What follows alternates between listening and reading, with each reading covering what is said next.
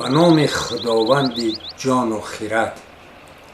درود گرم و جوشان ما را بپذیرید همزبانان همزمان دور و نزدیک، هواداران کلام ناب فارسی دری تاجیکی.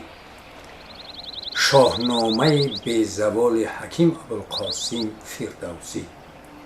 اکنون آمدیم به گفتار 62 داستان آمدن سام به نزد منوچهر.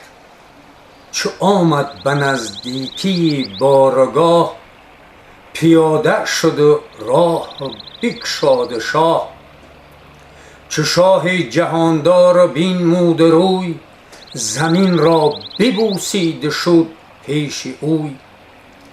منوچهر برخاست از تخت عاج، ز یاقوت رخشنده بر سرش تاج. بر خویش بر تخت بشناختش، چنان چون سزا بود بنواختش. پس از گرگساران و جنگاوران، وزان پردیوان مازندران. بپرسید بسیار و تیمار خورد، سپهبد همه یک به یک یاد کرد. که شادان ز ای شاه تا جاویدان، ز جان تو کوته بدی بدگمان. برفتم بدان شهر دیوان نر، چه دیوان که شیران پرخاش خور. از اسپان تازی تکاورترند، ز گردان ایران دلاورترند. سپاهی که سگسار خوانندشان، پلنگان جنگی گمانندشان. ز من چون بدشان رسید آگهی، از آواز من مغزشان شد تهی. و شهر اندرون نعره برداشتند، وزان پس همه شهر بگذاشتند. سپاهی گران کوه تا کوه و مرد، که پیدا نبود روز روشن ز گرد. به پیشم همه جنگجوی آمدند، چنین خیره و پوی پوی آمدند. در افتاد ترس اندرین لشکرم، ندیدم که تیماری آن چون خورم. مرا کار افتاده بود آن زمان، زدم بانگ بر لشکری بدگمان. برافراشتم گرز 300 منی، برانگیختم باره آهنی. همه رفتم و کوفتم نغزشان، تهی گشت از هیبتم مغزشان. نبیرد جهاندار سلمی سترگ، به پیش اندر آمد به کردار گرگ. جهانجوی را نام کرکوی بود، یکی سرو بالا نکو روی بود. و مادر همان در تخمی ضحاک بود، سری سرکشان پیش او خاک بود. سپاهش به کردار مور و ملخ، نبود دشت پیدا نه کوه و نه شخ. چو برخاست زان لشکری گشن گرد، رخی نامدارانی ما گشت زرد. همین گرز یک زخم برداشتم، سپه را همان جای بگذاشتم. چنان برخروشیدم از پشت زین، که چون آسیا شد بر ایشان زمین. دل آمد سپه را همه باز جای، سراسر سوی رزم کردند رای. چو بشنید کرکوی آواز من، همان زخم کوپال سریاز من. بیامد به نزدیک من رزم ساز، چو پیلی دمان با کمندی دراز. مرا خواست کارد به خمی کمند، چو دیدم خمیدم ز راهی گزند. کوانی کیانی گرفتم به چنگ، به پیکان پولاد تیری خدنگ. عقابی تکاور برانگیختم، چو آتش بر او تیر می ریختم. گمانم چنان شد که سندان سرش بشد دوخته تنگ با مغفرش.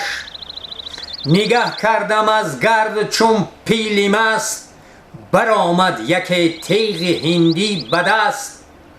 چنان آمدم شهریار را گمان، کزو کوه زینهار خواهد به جان. وی اندر شتاب و من اندر درنگ، همه جستمش تا کی آید به چنگ. چو آمد برم مرد جنگی فراز، من از چرمه چنگال کردم دراز. گرفتم کمربندی مردی دلیر، زی من برگسیستم به کردار شیر. زدم بر زمینش چو پیلی ژیان، که او را همه خورده شد استخوان. چو افکنده شد شاه از این گونه خوار، سپه روی برگاشت از کارزار. نشیب و فراز و بیابان و کوه، به هر سو شدند انجمن همگروه. سوار و پیاده 12,000، فکنده پدید آمدند در شمار. سپاهی و شهری و جنگی سوار، همانا که بودند 300,000. چی سنجد بداندیش با بخت تو، به پیشی پرستنده تخت تو. چو بشنید گفتار سالار شاه، برافراخت بر ما فرخ کلاه.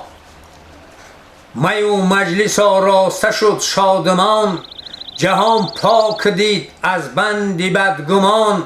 و بیگماز کوتاه کردند شب، به یاد سپهبد گشاده دو لب. چو شب روز شد پرده بارگاه، گشادند و دادند زی شاه راه. بیامد سپهدار سام سترگ، به نزد منوچهر شاهی بزرگ. به شاه آفرین کرد آن به همال، همه خواست و گفتن ز مهراب زال. که شاهی جهان پیشتر برگرفت، سخن را بر روی دیگر برگرفت. چنین گفت با سام شاه جهان، کز در برو با گزیده مهان. به هندوستان اندر آتش فروز، همه کاخ مهراب و کابل بسوز. نباید که او یابد از تو رها، که او مانده از تخمه اژدها. زمان تا زمان زو برآید خروش، شود رام گیتی پر از جنگ و جوش. هر آن کس که پیوسته او بود، بزرگی که دلبسته او بود. دیگر آن که از تخمه او بود، ز پیوند ضحاک جادو بود. سر از تن جدا کن زمین را بشوی، ز پیوند ضحاک خویشان اوی.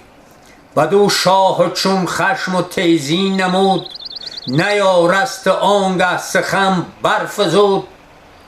ببوسید تخت و بمالید روی، بر آن نامور مهر انگشت اوی. بدو داد و پاسخ که ایدون کنم، که کین از دل شاه بیرون کنم.